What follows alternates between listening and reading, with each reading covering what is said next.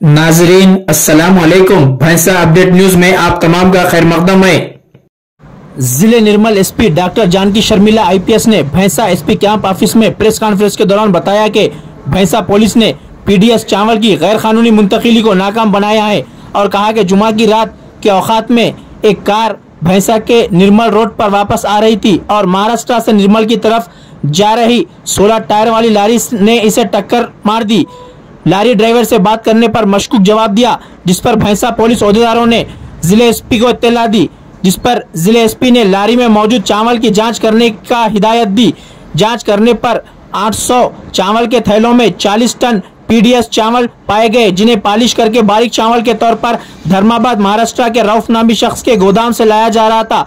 इस जिमन में लारी ड्राइवर और ऑटो ड्राइवर को गिरफ्तार किया गया है और इस जिमन में रऊफ महाराष्ट्र धर्माबाद के खिलाफ मुकदमा दर्ज करते हुए गिरफ्तारी के लिए खुसूसी टीमें तश्कील दी गई है। పెద్ద పీడిఎస్ రైస్ రాకెట్ని మేము ఛేదించడం జరిగింది। దీనికి సంబంధించి అంటే మనకి ఒక 7th నాడు బైన్సాలో నిర్మల్ చౌరస్తాలో ఒక యాక్సిడెంట్ అయింది పెద్ద లారీకి అండ్ కార్కి।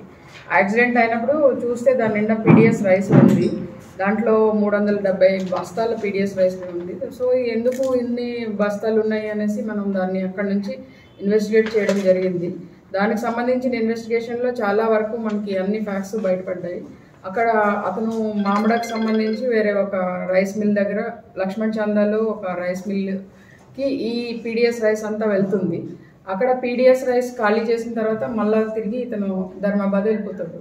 సో దీనికి మనం ధర్మాబాద్ కోసం ఈ బిద్రెల్లి చెక్ పోస్ట్ దగ్గర ఒక మనం చెకింగ్ చేస్తూ ఉన్నప్పుడు ఫాస్ట్గా ఒక పికప్ వ్యాన్ వెళ్తుంది, దాంట్లో చూస్తే మనం ఆపినా కూడా ఆగలేదు, మళ్ళీ ఒక 100 బ్యాగ్స్ పీడిఎస్ రైస్ కనిపించింది। సో అది ఆపాలని ట్రై చేసినా కూడా ఆ వెహికల్ ఆగకుండా వెళ్ళిపోతే దాన్ని మన officers Rajesh Meena and Avinash Kumar IPS వీళ్ళందరూ అండ్ సిఐలు ఇద్దరు వీళ్ళంతా కూడా ఫాలో అప్ చేసి కూడా వెళ్తే అది ఒక ధర్మాబాద్ దగ్గర ఒక పెద్ద గొడౌన్ దగ్గర ఆగింది అన్నమాట।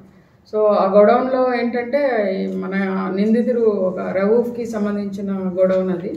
సో ఆయన అక్కడ ఈ పీడిఎస్ రైస్ అంతా కూడా చిన్న చిన్న వాళ్ళ దగ్గర నుంచి పెద్దల దగ్గర నుంచి అంతా కలెక్ట్ చేసి ఆ గొడౌన్లో దాన్ని నిల్వ చేస్తూ ఉన్నారు ధర్మాబాద్లో।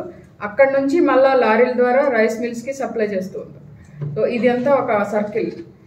సో మనము ఆ ధర్మాబాద్కి వెళ్ళి అక్కడ మనకు సంబంధించిన రైస్ సీజ్ చేయడం జరిగింది। అక్కడ నాందేడ్ పోలీసుల సహకారంతో అక్కడ ఫార్మాలిటీస్ అన్ని కంప్లీట్ చేసుకొని తీసుకొని రావడం జరిగింది। తర్వాత మళ్ళా మనకు వచ్చిన సమాచారం ప్రకారం వెళ్తే ఇది లక్ష్మణ్ చందాలో ఎక్కడైతే ఇంతకు ముందు డెలివరీ చేశారో అక్కడ కూడా ఈ పీడిఎస్ రైస్ కోసం మనం ఇద్దరు ఏఎస్పీలు కూడా అక్కడికి వెళ్ళి రైడ్ చేయడం జరిగింది। రాత్రి రైడ్ చేసినప్పుడు మనకి కొన్ని ప్రొక్యూర్ చేసిన ప్యాడీస్ కొన్ని లారీస్లో ఎక్కించి తీసుకెళ్తుంటే అవి కూడా రాత్రి సీజ్ చేయడం జరిగింది।